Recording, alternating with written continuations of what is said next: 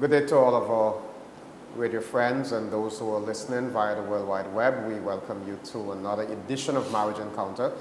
We started last week speaking about the matter of prioritizing your relationship. This discussion, of course, is in the greater context of protecting your marriage from outside influence, which really forms part of our discussion on boundaries in marriage. We're going to be continuing that discussion today.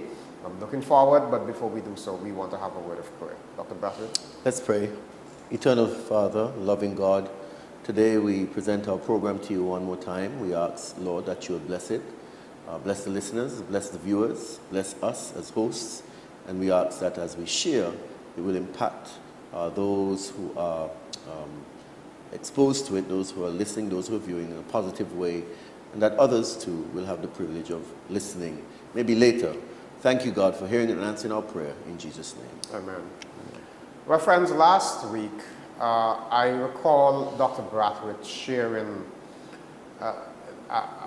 some experiences he had in a seminar in Barbados, and he was saying that he was making the point that after God, your family becomes priority. Yes. And if you're just married, then marriage at that particular stage is equivalent to your family. Yes.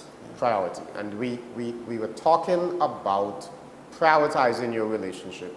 I shared a quotation from Cloud and Towson that gave the concept of the ability to say no to some things will help your relationship, your marriage relationship.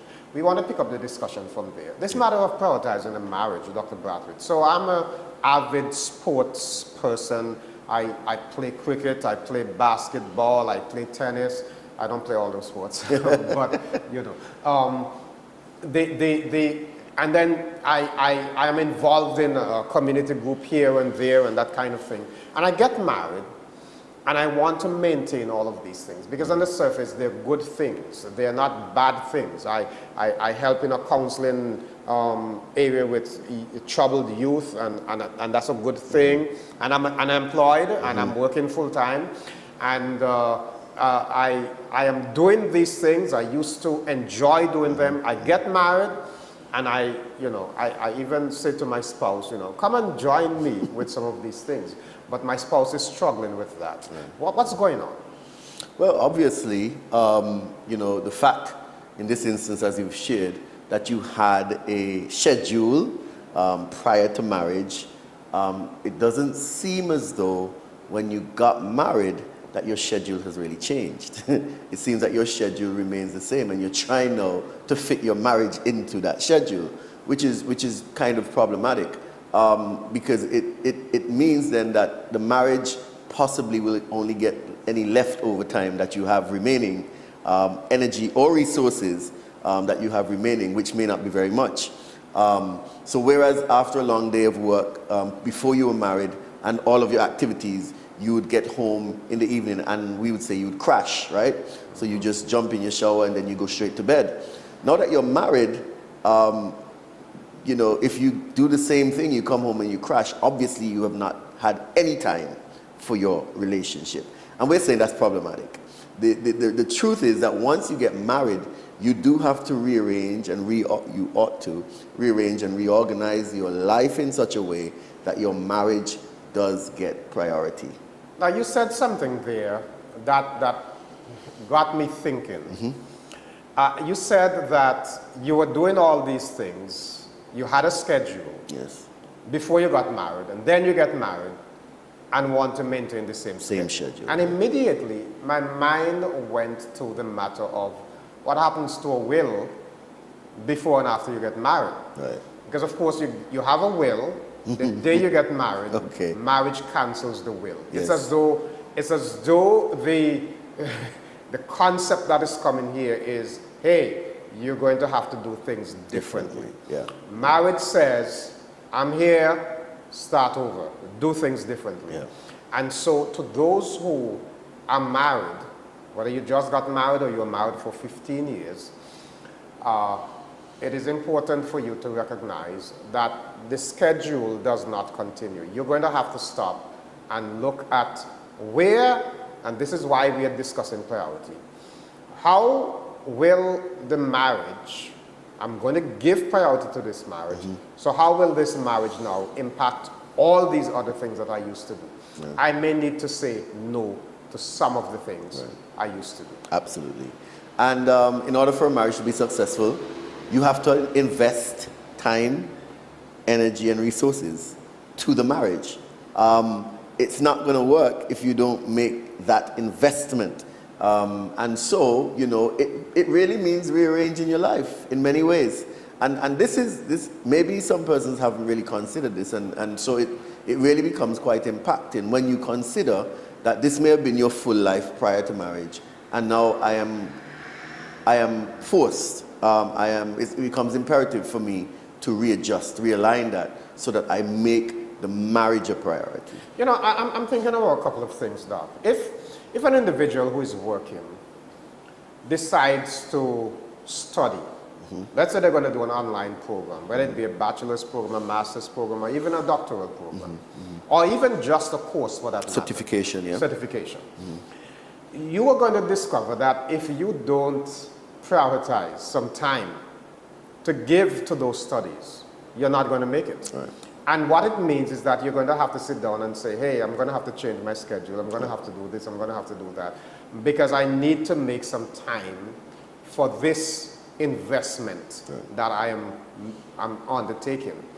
In a similar way, an individual who is fully occupied, fully engaged, his time is 100% consumed. Before he gets married, when he gets married, he's going to have to stop and say, hey, listen, I'm going to need to prioritize some time for my marriage. I have to cut out a few things. I'm going to have to stop doing this one, that one. I love all of them, but my marriage takes precedence, so I'm going to have to sacrifice for the sake of my marriage. And if you don't do that, your marriage is going to suffer. If you're starting a new business, you're going to have to make time for the business. A marriage is a new business. You're going to have to give it priority. Well, what's interesting, Doc, is that you mentioned persons who may take on to do a course while they're working, and automatically they make adjustments. They do, You know, whether they're aware of it or not, they automatically make adjustments because, first of all, after work, they have to spend at least an hour or two in class. So whatever they used to do in that 2-hour period can no longer be done. That's right. That's automatic. Secondly, they do have to prepare for quizzes and they have to do assignments, right? And so they obviously will make time.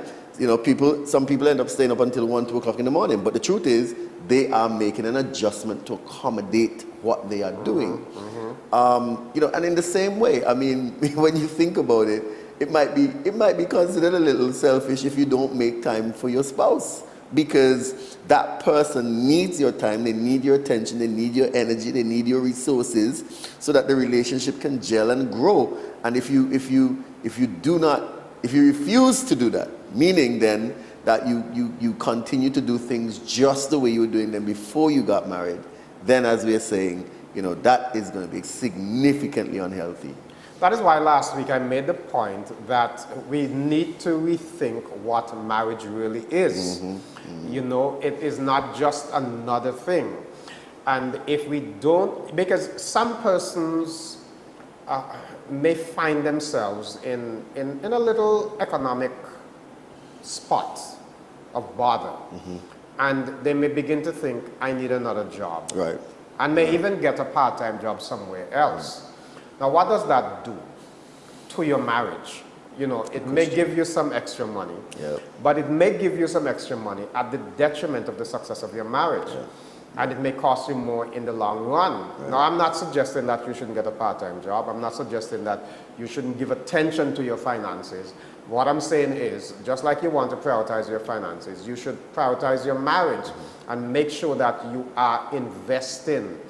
And because it's relationship-oriented, the best thing you can do to build a relationship is to give it time. You know, we hear people say time is money, right? Yes. And you may be thinking that I'm going to make some more money, but you're giving up time.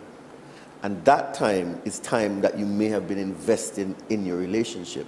So your relationship is going to suffer at the hands of you trying to make more money. And as I said, and as you said also, sometimes while you think you're doing something to improve your situation, you may actually be making it worse. And if we can make it a little practical, you know, I like to use illustrations because you may be looking for a house to rent, and you find a house for $1,200, but the environment is really, really bad. And you have children, young children, right? And you may say, you know, I mean, I can't afford anything else. But look at the environment and how it's going to impact your children. And you may find another house for $1,500 in another environment that is really conducive to the principles that you want for your children. You may be better off sacrificing that $300 to put your children in an environment where they will not become so easily polluted by the gangs and guns and those kinds of things. And so you may be spending more money, but you have to see that as an investment. It's an investment in the future of your children, in the happiness of your marriage, in how your house is going to be structured, etc. We're saying that's what priority looks like, Dr. Braithwaite. Yes. And in a very similar way, sometimes we may have to say, I can't work overtime anymore because I need this time to bond with my spouse, because I need this time to play with my children, because I need this time for my family to have some activities. And this is what prioritizing the relationship is all about. We have to determine how much time we have available. Where does the marriage stand in your list of priorities? You know, you talk about illustrations and you use one where, and I'm going to make the point that you might think that you're saving yourself some $300 by doing the $1,200 one, but it might cost you more in the long run. You know, some people, they say, look, I'm not spending no money to buy no natural juices. I'm just going to buy sodas and so forth. And, you know, in the long run, that contributes to maybe a diabetic situation where you end up having to spend a lot more money at the doctor. So the point is, sometimes old people would say, don't cut your nose to spoil your face, right? Sometimes you think you are saving something, or you are, you know, you're doing something in a smart way, but the end result may become either more expensive or may cost you something that's far more important, your family, you know. And what we're saying is, you know, spend the time to prioritize. You spoke about it, Doc, you know, staying with that one job, not making as much money, but coming home and spending time with your children, playing with them, helping them with their homework. You understand what I'm saying? Prioritizing your children so that they develop a solid relationship with you, pointing them to the things of God so that they develop a strong relationship with the Lord. And in the long run, that will have so many positive repercussions that you can't measure them, you can't pay for that. You know what I mean? That's something that you know, is a blessing because you have put in the time. There's another dimension that I want to highlight here, Dr. Braithwaite. And you see, because while we use the illustrations to talk about, for example, the $1,500 versus the $1,200, and we can see there's $300, and we say that may be an investment. But we should not always count investments in terms of dollars and cents. There is the intangibles. That element of satisfaction, that element of your spouse recognizing that you have a positive attitude towards your relationship, that makes him or her feel appreciated, feel valued, and how they're going to relate to you with that, money can't buy. So we can't just think in terms of the dollars and cents. We have also to think about the emotional component. You know, when I turn down an offer because I want to give time to my spouse, my spouse now recognizes that I'm her fan, that I consider her so very important that I'm willing to give up something for her. And she loves me more for that. And when there is happiness in the relationship, it's a wonderful thing. If you are going home every day to agony and disturbances and disgruntlement, that's a danger. You don't want that kind of relationship. You know, what we were sharing earlier, in terms of the ability to say no, is so important, that, as individuals, we do need to, I guess, learn to say no, And I was going to make the illustration, or the point, Pastor, even for those who are leaders in church, Yes. some persons can be so caught up with church work, so busy doing the Lord's work, that their family is suffering. And the ability sometimes to say no, to protect your family, is crucial, even for people who work in the church. Well, Doc, I want to say, some of us are, I was going to use the term addicted to work. There are some individuals who like to be involved, who like to be active, who Yes. love work. We use the term workaholics, right? But I've come to realize that if we are doing too many things, we are going to end up doing everything in a haphazard way.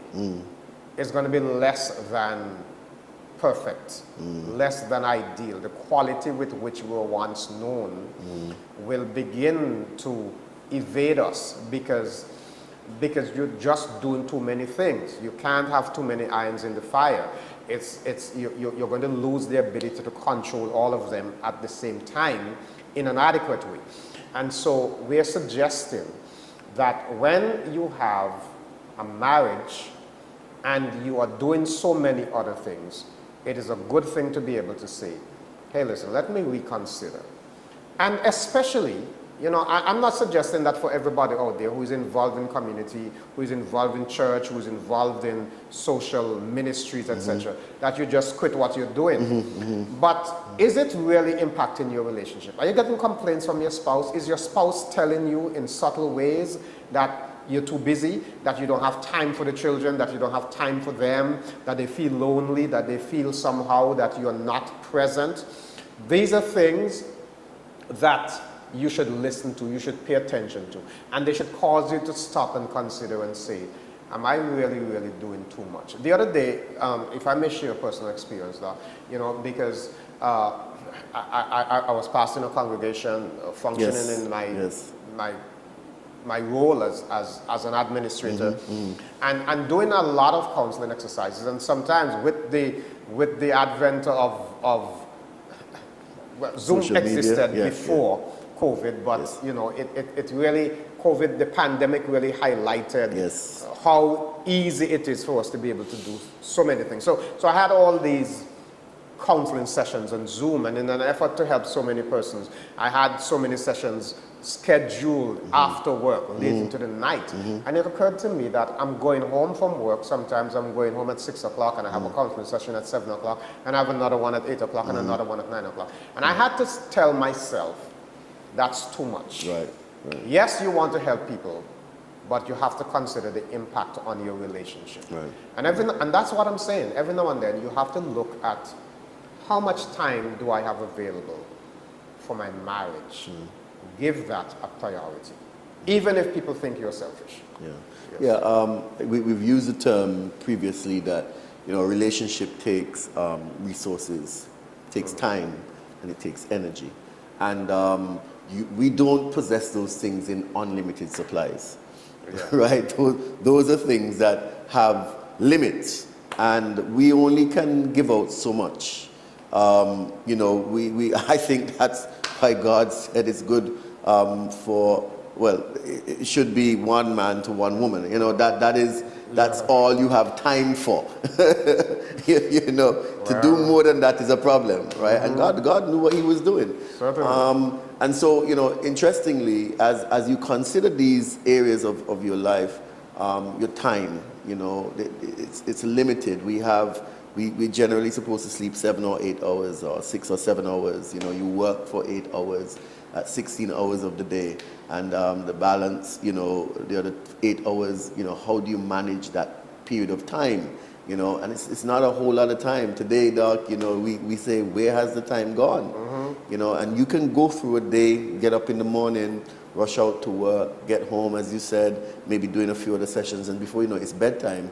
And you haven't really invested any time with your significant other, with your spouse, as opposed to just doing the mundane things of managing the home, making sure that there was food on the table, making sure that, the house is clean and it's tidy, and those things are the ordinary, mundane things that we do all the time. But did you sit down with your spouse today and have a reasonable conversation? Did you sit down with your children today and find out how school went? Were you able to give them an hour and a half of your time, of your energy, and were you able to give them any of your resources, your intellect, your knowledge, to help your children to do better? As I said, we possess these things in limited supply, and we have to organize. I was talking to a friend yesterday, Doc, and she was saying that she had traveled recently, and she was making the point that she's so organized. She likes to be sure that, she plans well. She was indicating that she had an opportunity to travel to France, but because she likes to plan so well, she turned down the opportunity because she was concerned. I didn't have an opportunity to plan for this. Wow. I didn't have the opportunity to sort of line things up. Where am I going? I don't know the language. I might be there, and and so she turned down the opportunity. But the point she was making is that, she plans well. She plans for her vacations. She plans for her children. And she has a system of planning. And I think that in a marriage, we have to plan. May not be as, straight, but planning is important. That's the point I want to make. And some people may say, I rather more spontaneity. Mm-hmm. You could even plan to be spontaneous. To be spontaneous, yes. Yeah, yes. But you do need to have structure. It's important to be able to have structure. So as you were talking about 6, 7, 8 hours for sleep. They say 8 hours for sleep. Sometimes, it's difficult. It's difficult to imagine how that could be sometimes. And then 8 hours for work. But you have to add commute time to that. Commute time, Some people commute for an hour and a half, 2 hours to go to work and back. That's another 4 hours gone there. That's right. So some practical things that when you consider some marriages today, they don't have time to have a meal together. Right. They don't have time to go for a walk in the afternoons together, or to just sit and play a game together, to hang out together.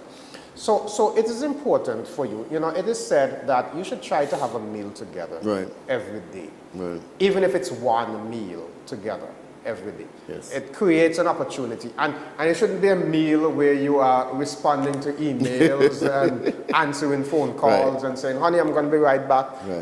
You should have that time that you can sit down and enjoy and share. And perhaps, I'm not telling you how to run your household, but I'm saying that perhaps you need to have some little rules that, no cell phones on the table. Right. We want to talk while we're eating. We want to be able to interact, because this may be valuable time. If you have to commute for an hour and a half to go to work, and you're working for 8, 9 hours, this is valuable time. Right. You have to make some sacrifices to prioritize your relationship. And when we talk about prioritizing a relationship, we're talking about recognizing that it is important and making sure we do what we can to give value to it. Yeah. That's the idea. Adding value to your relationship. Yes. And, I remember Dr. Barry Black speaking about his commute time to work. And he said, he's in the car for sometimes 2 hours. He said, listen, he decided, I'm going to get audiobooks. And while I'm driving to work, I'm listening to my audiobooks, or in this case, he was listening to the Bible, taking in and learning passages and reviewing stories and just understanding the word more and other material. And so what he was doing was making use of his commute time. But he had to plan that, you understand? There was a plan involved. And so what we're saying here is making use of all of the time that you have in any given day, to make sure that you're doing the necessary things to grow your relationship, to grow your marriage. You spoke about, finding a time in the course of a day to eat a meal together. And that's not going to happen by chance. If you don't plan it, it's not going to happen. Yeah, so that's right. We're saying, look, you got to take some time to plan these things in order for it to be successful. Now, I was sharing some pointers, Doc. I mentioned eating a meal together. Another thing that you may want to consider when people approach you to ask things, I'd like to invite you to make this presentation. It may be a good idea to say, let me talk that over with my spouse and get back to you. Absolutely. Now, that does not mean that your spouse is controlling your life. Right. But it means that you are prioritizing your relationship. That's right.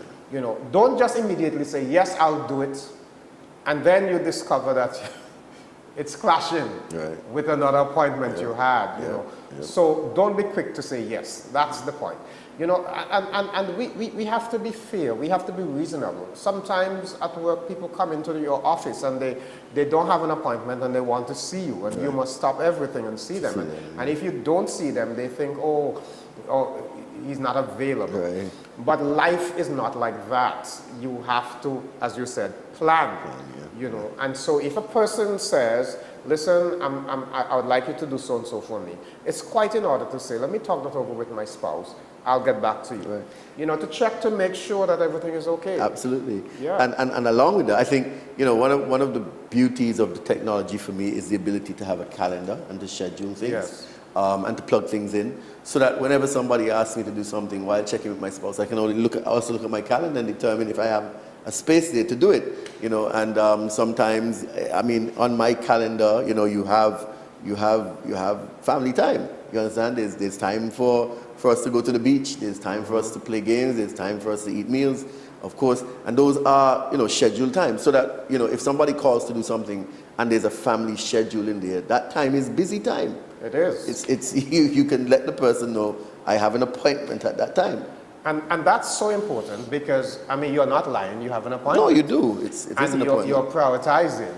I heard a story of a lady who called a man's secretary and made an appointment. She made an appointment to see her husband, right? To see her husband. Yeah, there you go. And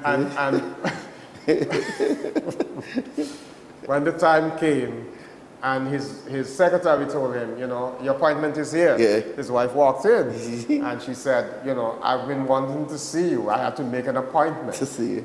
That's a shame. Imagine, yeah. We don't want that. But Doc, our time is up. Yeah, wow. Our time is up. Yes. Well, friends, next week we want to speak to another very important aspect, because you may be thinking that, do I have to drop everything for my family? We're going to address that issue next week. Right. If you have questions, comments, or concerns, Marriage Encounter at slcadventist.org. That is Marriage Encounter at slcadventist.org. Until next week, same time, may God's richest blessings be yours.